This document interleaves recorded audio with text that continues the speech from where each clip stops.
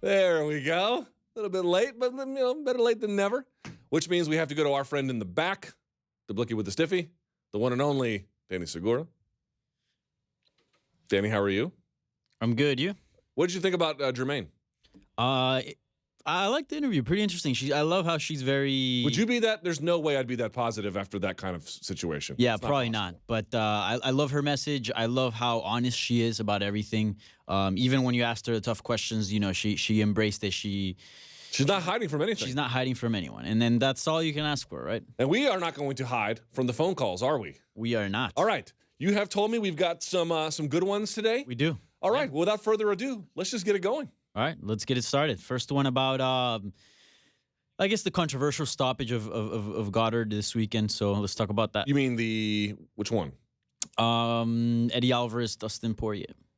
Oh, the stoppage wasn't controversial, but the elbow. Or yeah, the decision to stand him back up gotcha. with the elbow. Okay. Yeah, sorry about that. Hey, Luke. I wanted to know your opinion about Mark Goddard's intervention in the Alvarez-Poirier fight, and I wanted to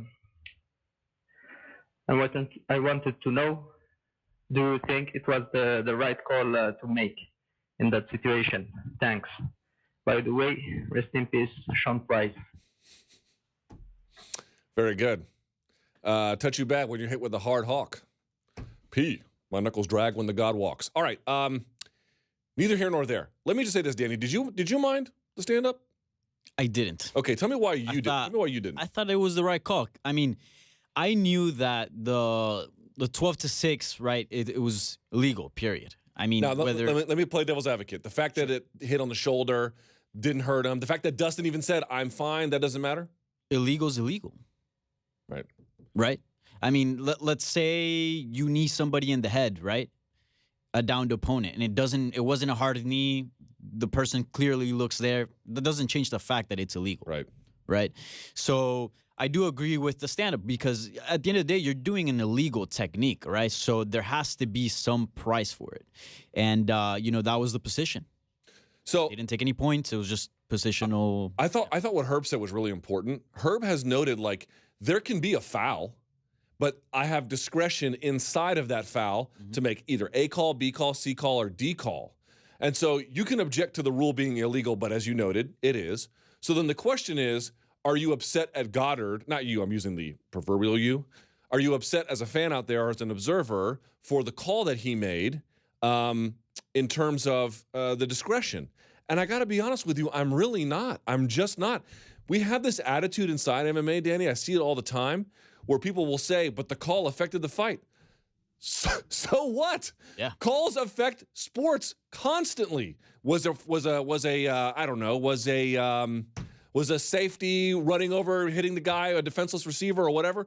Was that a call that changed the game? Roughing the passer, was it change the game? Was it a ball? Was it a strike? That changes baseball. Bottom of the ninth, you throw a pitch. Maybe it's on the edge of the plate. Guy calls it a strike. That affects the game. That's the game itself. And the role that officiants have in changing it. We want to keep this idea about what's a pure fight, because I think we're still living in the days where here's Gracie versus some kung fu clown, and we don't want to get in the way of it. Get in the way of it. It's modern sports. I really have. If it was an egregious one where he kind of winded up and didn't even throw it and then they stood him up, okay. But it landed. You threw it. Dunsky. Fine. Plus, he was holding the fence at the same time. Yeah, that's true. And it was a hard shot. Take an elbow to your shoulder that can dislocate it. That could really affect. By the way, the fight. So he's also. It landed kind of over the shoulder. Yeah. But it was also kind of attacking the clavicle a little bit. That could be two fouls at once. And by the way, your bone here, this one, wicked easy to break. Yeah. Very easy to break. All right, what do we got? All right, let's talk about the ratings, which were surprising, right? For Saturday's show. They were garbage. Yeah.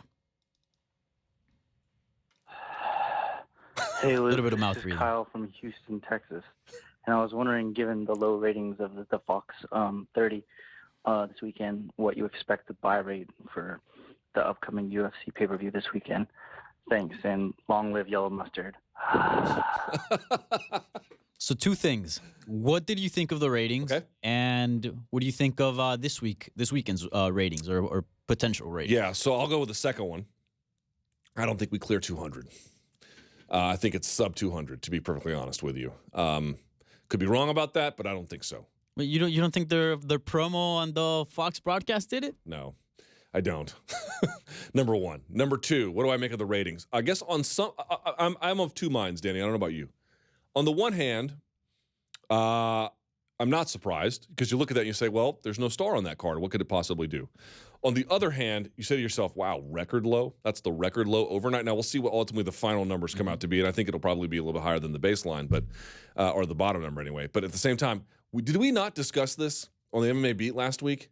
I kept saying to folks 5-6 years ago, you cannot force this much product on the folks out there, the casuals, without expecting some kind of rejection. You're turning it into banquet food, and if you tell the customers it's okay to pass, believe me, don't be surprised when you succeed as a strategy when they do that.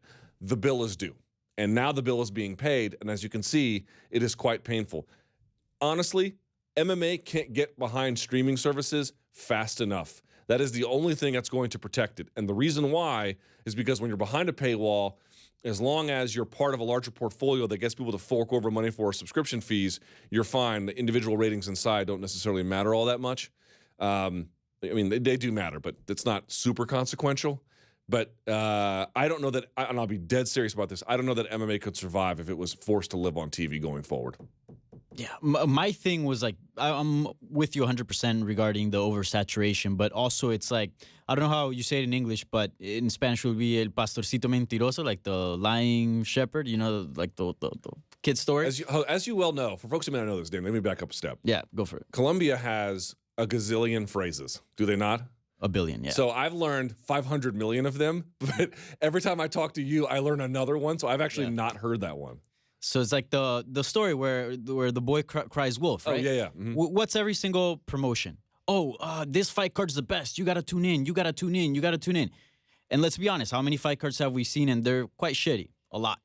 So now when you got a really, really good card, you know, this was a fantastic card. And you're like, this card's the best. You're literally saying the exact same thing you've been saying for the last 5 crappy cards. Yeah.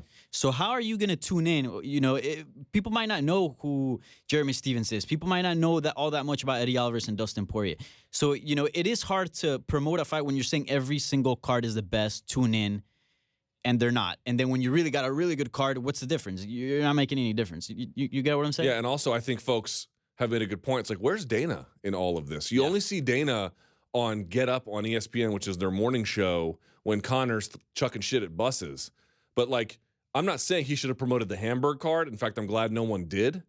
But it would have been nice to promote this one a little bit more. And, again, you can't make media outlets want to talk to you. But I bet if he had talked about Connor, and, oh, by the way, let me also promote my fights this weekend, they wouldn't have been interested? I don't know. I could be wrong, but I have a hard time believing that. All right. Right. Keep it rolling, son. All right, let's go. Hey, Luke and Danny, this is Aaron from Chicago. There was something that I noticed during the Eddie Alvarez and Dustin Poirier fight that really caught my attention, and I wanted to get your thoughts on it. Throughout the first and second round, Dustin Poirier kept grabbing at his own shorts, and he was pulling them up almost as a tick or as maybe they were bothering him as well. I was wondering your thoughts on that, and if you think that it is possibly just a tick that is a timing mechanism for him, or if it was something that was actually bothering him and could have led to a distraction in that first round of the fight for him. I know as a viewer. So he keeps going on, so let's cut about that. But did you notice that? I noticed that as well. He kept grabbing on his shorts. I did not notice that, no. He did, and I don't know. There was a few wardrobe. Now, when you say grab, you mean like with his open palms? Yeah, like he kept pulling him up almost as if he was uncomfortable with him. I know a lot of fighters, they don't actually like to have super sweaty palms, so they'll wipe their hands. I know that's a pretty common thing. It depends on how the taping works or just their personal preferences. Some never bother with it at all, but I know some guys don't like that, so I see a lot of them wipe the inside of their hands. Adesanya, I think, might do that a little bit. So maybe that's, you know what, without having seen it, I'm hesitant to comment on it. By the way, speaking back to the ratings, I can tell you what Colombian phrase I know for that. Castigo de vino. Right? In any case, back to this one. Yeah, I don't know. I don't make a whole lot of it. did you get the sense that it overly impacted his performance? I don't know, but I did notice he was doing it a lot. At first, I thought it was just kind of like, you know how some fighters just like to do it. Just I don't know, maybe kind of like Cristiano Ronaldo takes a free kick, he kind of pulls his shorts up, just kind of like a thing you do. But then he was really doing it a lot, and I kind of thought maybe I don't know the shorts were giving him a bit of trouble. Yeah.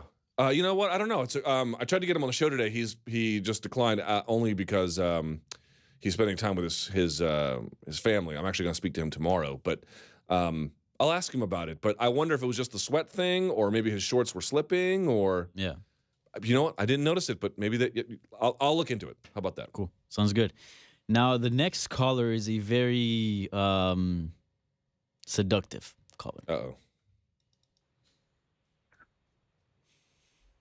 Hello, Lukey.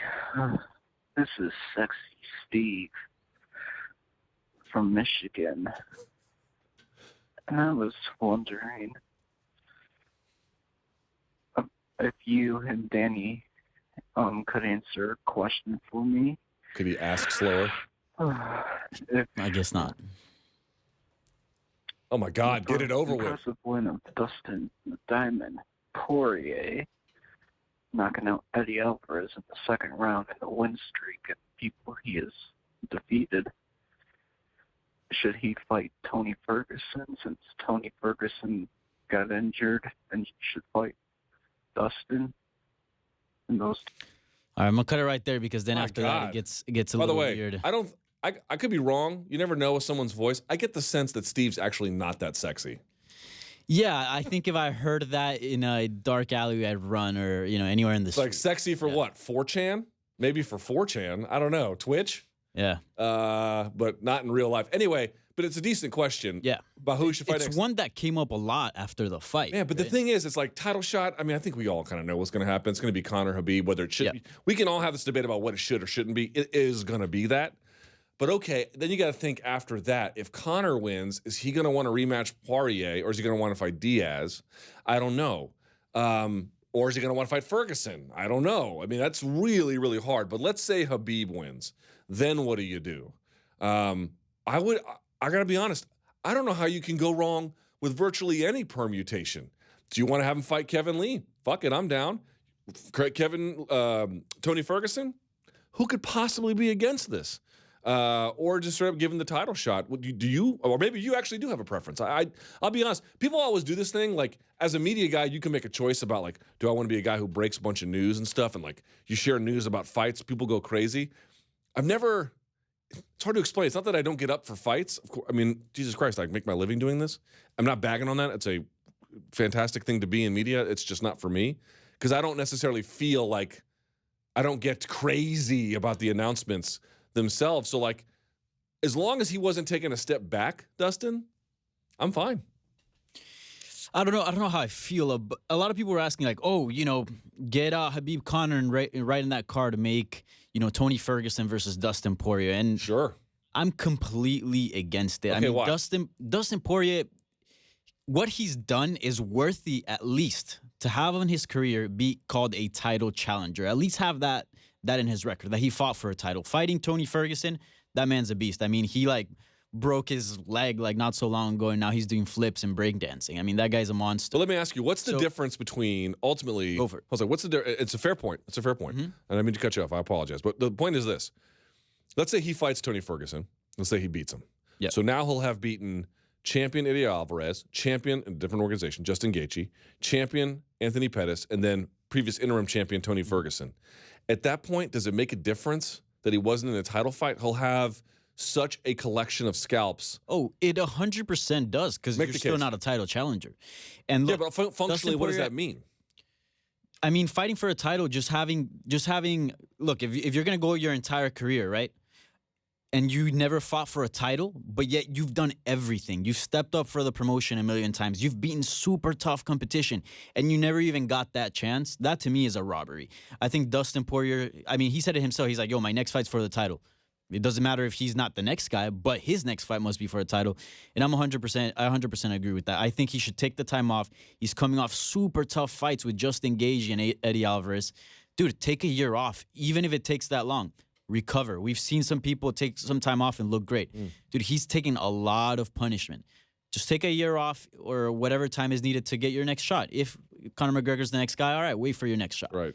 But the man has done everything needed to get that shot, and he deserves it. I mean, these are fair arguments. I wouldn't begrudge him if he wanted to take time off. I don't know that I would necessarily need to see that. I would say that the only thing that I would take into consideration is about the title fight. To your point, what's the functional difference if you beat 4 champions versus getting a title shot? It's it's the opportunity to become a champion, of course, but I don't know that even of itself changes the whole thing for me. But the paycheck, I would be happy for him to get a big paycheck. That to me matters pretty significantly. So you can convince me. I think it's a strong argument. It's just that, like, from a matchup standpoint, would I be happy with virtually any of those permutations? I mean, don't get me wrong. I'm a fight fan, so of course I want to see Tony Ferguson versus Dustin Poirier. Are you kidding me? That has violence written all over it. Yeah. But out of fairness to Dustin Poirier, the man needs a title shot. But waiting is so complicated in today's game, though, man. It's a big risk. I mean, Tyron Woodley's the champion, and he waited. I know. But if you wait and then it's your turn and then you get injured, bro, that bust does not come back around, man. So, like, I'm not saying you're wrong. You're making good points, Danny. I hear you. I wouldn't argue too strongly, but it's risky. All right, keep going. All right, let's talk about now middleweights. Hey, Luke, this is Clifton from Anaheim. I was just wondering, with the success that Anthony Smith has had moving up from middleweight to light heavyweight, going unranked to the top 10 in 2 fights, why are guys like Luke Rockhold and Chris Weidman and Yoel Romero sticking around at middleweight, fighting each other when the title is tied up with Tufts and Robert Whittaker's injury, when they could not cut that extra 20 pounds and fight in light heavyweight, which is a much shallower division, and possibly fight for the title, which is going to be vacated in March anyways, and not have to cut that huge amount of weight? Thanks. Boy, it's a complicated question, but a good one. There's a few reasons. I think, for one, in the case of Weidman, he has friend Corey Anderson doing big things up at light heavyweight, so that might inhibit a decision to move up there. So that could be related to teammates. That would not involve Luke Rockhold necessarily, but I'm merely pointing that out. You're right. You look around and you could say, wow, those guys, they might be able to make an immediate impact up at 205. But these guys, man, they're creatures of habit, and they're often stuck in their ways, and they need to be kind of forced into new scenarios before they agree it's good for them. Look at the resistance Kelvin Gastelum initially had to being a middleweight, and then he kept winning, and he kept winning, and he kept winning, and he's still sort of eyeballing a return to welterweight at some point. But it wasn't until he really started just putting the beat down on some of these guys at middleweight that he said, I can do something here. And now look at him; he's on the cusp of a title shot. So partly it's a function of, if no one forces them up there, they may still just believe they have the advantageous body size for that. And moreover, a lot of those guys are still at the top of the division. They've had some bad losses, but they've had bad losses to each other. Weidman lost to Rockhold. Rockhold lost to Romero. Romero's 40 plus.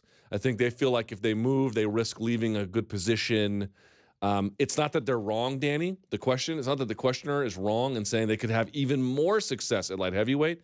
But fighters, man, they get in their mind, this is my recipe for success. These are the conditions that have to be established. And they don't really want to rock the boat. Sometimes they got to be forced out of them. Yeah, for sure. And this is a question that I've asked myself as well. Like, look at Anthony Smith. Before Anthony Smith moved to light heavyweight, like, we knew who he was. If you're a hardcore, you know who that guy is. But he doesn't have nearly as much as prestige as Chris Weidman or Luke Rockhold or Yoel Romero, right? Mm-hmm. And look at the name he's become at light heavyweight. Dude, if Yoel Romero or any of those guys were to go up to 205 and get one win, all of a sudden they're in title conversation. They're right there. The line seems, much shorter. And let's be honest, if you look at the top 10, the competition at middleweight seems a lot more difficult than at light heavyweight. So that's something I never understood. Move up a weight class and, now fight possibly less competition, have a shorter, trip to the title. The only caveat there is Anthony Smith, and I spoke to him last week, so I'm not anyway undercutting the win. It's a great win. We know Rashad was very much at the end of his career. He retired after that, but he still beat a name in Rashad, and he beat a name in Shogun. Now, I don't think Shogun's in the same kind of spot. I actually think Anthony Smith is a very good light heavyweight, but until he beats the Ilir Latifis or something of the world, there's still some questions about it. My point being is, if Luke Rockhold goes up to light heavyweight, if Chris Weidman goes up, those same big names kind of aren't there anymore. I mean, maybe Glover Teixeira, but he's still a real tough challenge for anybody. So my point is, the days of picking off old stars at light heavyweight, they're numbered. So it's not the same thing as Anthony Smith going up anymore. But to the point, they could have gone up before, and they could have had their choice of it, and they decided not to. So there you go. Keep a train rolling, my friend. All right. Let's move on to, I guess, location of UFC events like during the week, like perhaps choosing a different time of the week to put a UFC Good event. question. Hey, Luke. Mike from Columbus. Long time, second time. My question is, with the low overnight ratings, would you think it would be best that the UFC move some of their fight nights to a weekday instead of a Saturday and save Saturday for their pay-per-view events, especially with the success Dana White's Tuesday night fights is having? And especially with us living in the Midwest, we only get 2 months of the year where we could party out. So, and then Saturdays are pretty good for that. Thanks for the time. Enjoy the show. Before you answer that, do you remember when the UFC used to have events on Wednesdays, like years ago? Sure do. Stipe Miocic fought on a Wednesday. Yeah. Yep. How fun were those? Like, I love watching MMA on a Tuesday. You know what? Sign me up. I am so in favor of that. Don't you remember the Luke Rockhold Costa Philippou fight was on like a Wednesday or something? I love those. I love even when the PFL. It's like, would I watch the PFL if it was on a Saturday night? Being candid, probably not. But on a Thursday, my chance of watching it grows exponentially. Sure. But the truth is, man, there's just the casual audience is not the same. The casual audience doesn't value fights in the same way that we do. So, you're talking about the success of the Tuesday night Dana White Contender Series. I agree, but you're not selling that to an audience, a live audience, right? So there's no gate to worry about. You're just having friends and family and training partners in there, and then it's just for streaming purposes. We don't know what the viewership is like. We have reason to believe it's probably decent enough, depending on the fighter or the contest or whatever. But there's no real way to know. That's all proprietary information. So when you're calling the success, I understand, but on whose terms and in what way, we don't really know the answer to that. So I would love to see it, but it's just not realistic. I will say to Columbus though, I don't know much about the city, but they do host one of the great expos. They host the Arnold every year. That's another thing that Strikeforce used to do. They used to hold events the same weekend as the Arnold. Do you know anything about the Arnold, Danny? A little bit, yeah. I mean, it's basically when Arnold Schwarzenegger, we've got dolls of him, and this up here.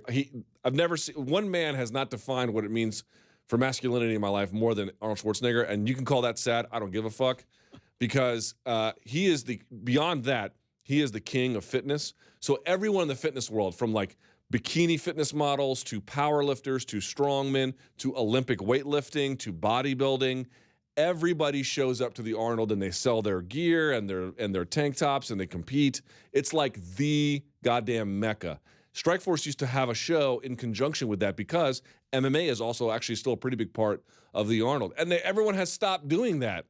I don't know what the metrics are that told them that was a good idea. Maybe it is. I don't quite understand it. But I love the Arnold, and I miss that crossover, to be honest with you. Yeah. I recently saw a documentary. I think it was Bigger, Faster, Stronger. Yeah. So hold on, the guy who hosts that, who runs it, or that was the narrator. His brother is a big time powerlifting guy and YouTube star. Okay. Yeah. Cool. Yeah. That was a great documentary. Yeah. He openly uses steroids, by the way. Oh, nice. You know what? I don't care. So we're running a little bit short on time. We've had really great questions, but fire them out. So let's feature the last one. A little friendly. We have time for two. Okay, cool. All right. Hi, this is Mouth Breathing Mike from Connecticut, and I just wanted to ask, what do you think the future holds for Nick Newell? And is the UFC still a plausible option in the future if he can win 3 or 4 fights in another promotion? Thanks. Danny, I don't know how you feel about this one. I would say the chances of him in the UFC are very slim unless he fills it on short notice. I still think that's your best opportunity to get opportunities you otherwise wouldn't get. So I'll say that. And I would say I really hope Bellator gives him a shot. He's highly promotable. I still think he's very skilled. Credit to Alex Munoz. He won fair and square. What else are you going to say? No excuses. I actually asked, you heard him on the show, Danny. I said, no excuses, win or lose. He said no. And he hasn't subsequently made any. But to be honest, my hunch is the UFC going to happen? If I had to bet, I'd bet against it.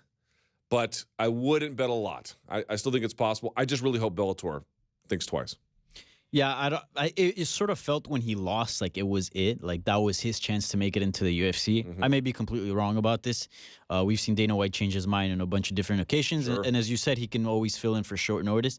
But, man, it just felt like that was it.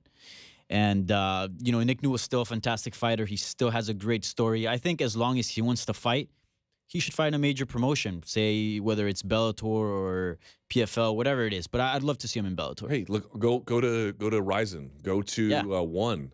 I wonder if they'd be interested as well. By the way, Ryzen had some great fights this week. They certainly did. They always do. Yeah. All right. By the way, one note on that: people were beating me up on Twitter because we don't give enough Japanese MMA coverage. Was their criticism? And partly it was a function of like, why were we sending? I don't want to get into that part, but they were asking me like, why don't you feature more on the MMA Hour? And the answer is not as a personal preference that I have anything against Japanese MMA. Japanese MMA used to be the most important kind of MMA, but that's a long time ago. Let me just be clear about this. If you have a podcast out there and you want to devote time to Japanese MMA, I highly encourage you to do so. It is an underserved market. But if you are interested in audience cultivation to the point where you can sustain a job, that's a real fucking bad idea, okay? It should be a hobby of yours or something. You can make a claim that a site has a editorial responsibility to give some kind of coverage of Japanese MMA. I believe that we fulfill that obligation strongly at MMA Fighting. So could we always do more? Yes, I'm not opposed to it in the future. I do love it on a personal and professional level, but we don't make time for it because it'd be a real bad idea to make time for it. Sorry, that's just what the market bears. Yeah, and then I think we covered the main things. I mean, talking over Gormy, knocking out Melvin Gillard, we had. I'm not knocking our coverage. I think we did just fine. Could we always do more? We could, but at the sacrifice of something else that, frankly, is more important to our viewers and our readers. So, all right, last one. Okay, cool. Hey, Luke. This is Tim from Arizona. I don't really care to see Drew Jacek versus Rose again. So, who do you think Rose should fight next? Thank you. Love the show. Bye. So, before you answer, are we on the same page that Jan Jacek's likely not getting a shot, the next shot? The next shot? No, I would agree that she's not getting the next shot. Same. Okay, so who do you think should get that? Man, Andrade, right? That's the one you got to do. He's fighting Kolokiewicz because 28. And also because, frankly, it creates a little chaos in the division, right? So she is to my judgment, she's fighting double K? Yeah. When? 228. So soon. 8th. So if she wins that, for sure, she should get it. But let's say she wins that and then she fights Namajunas and she wins, right? Okay. If she does that, then you have a problem on your hands. Because Jan Jacek smashed, or not smashed, but, satisfactorily beat Andrade back at UFC, 211 in Dallas. I was there for that one. So now you'd have this thing at the top of the division where, like, Randy beats Tito, but Tito beats Vitor, but then temporarily. Vitor had beaten Randy. Now, of course, Randy had fixed that. But you get the idea where these guys were kind of all feasting off each other at the top. I actually think that's part of what made light heavyweight so great back in the day. So, to me, you absolutely feed her to Andrade. I think Andrade is a very tough matchup for Namajunas. Not saying she will or won't win, but that physical style, Rose is so technical and sharp, and the timing and the distance. It's a real contrast to the marauding, bruising, physical Freddie Serrano strong. You know what I'm talking about, right? Super strong. And if she wins, now you've got some fresh permutations or even some old permutations you can work back in. Yeah, I agree with you. You said it was a problem, though. I don't think it's problematic. I think it's great for the division. Problem in the sense of it creates chaos, but right. I mean, chaos is good. Chaos. Sorry, I meant it in a different sense, but yes. Okay, yeah. I mean, if Andrade fights Rose, right, and she wins, all of a sudden Jan Jacek, I'd be down to see Jan Jacek and Andrade too. And let's say Jan Jacek wins, given the fact that she has a pretty convincing win over her. All of a sudden, Rose Jan Jacek 3 makes sense. Yeah. By the way, people are down on it. Like, I don't really want to see it again. Okay, right now, I don't want to see it again. Yeah. But in boxing, these guys will fight 4 or 5 times. And the first time she got crushed. Dude, folks not remember. Namajunas had to turn it on in that 5th round, and she did. Credit to her. She absolutely did. She was the rightful winner. It wasn't like Jan Jacek was like terribly out of it. Give her a couple more wins. And look at the big mouth, and I mean that as a compliment that Jan Jacek has. Dude, I'm telling you, there absolutely is. Not right now. There's no appetite for it now, but they're going to fight a third time. For a title or not, they're going to fight a third time. Yeah. Let it cook a little. Let it, Stay cooking, fam. Yeah. All right, what did we miss? Anything else? No, that's it. I mean, there's a few other questions. I don't know if you want to get to if we have time. Nah, I gotta get uptown. Yeah. I have 3 more hours of radio to do. Fun. I think we have 1 guest. So I've got a bunch of talking I have to do. Good show today. Yeah. Yeah, good I show. really enjoyed everyone stopping by. All the guests were there on time. It was kind of great. Any parting thoughts, my friend? Nothing. UFC Calgary was great. That's the type of MMA I want to see. Fair point. That's watching that because sometimes It did not feel like a chore, did it? No, it didn't. So sometimes UFC Hamburg. I mean, Jesus Christ, just watching that card. Sometimes I feel like I'm not a fan because I'm watching and I'm like, dude, I'm not interested in this. Right. But watching Jose Aldo fight Jeremy Steven, watching Tisha Torres fight Jan Jacek, Poirier Alvarez, that made me feel like a fan. I was tuning in. 100%. For sure. You didn't have to beg me to watch. Oh no, yeah.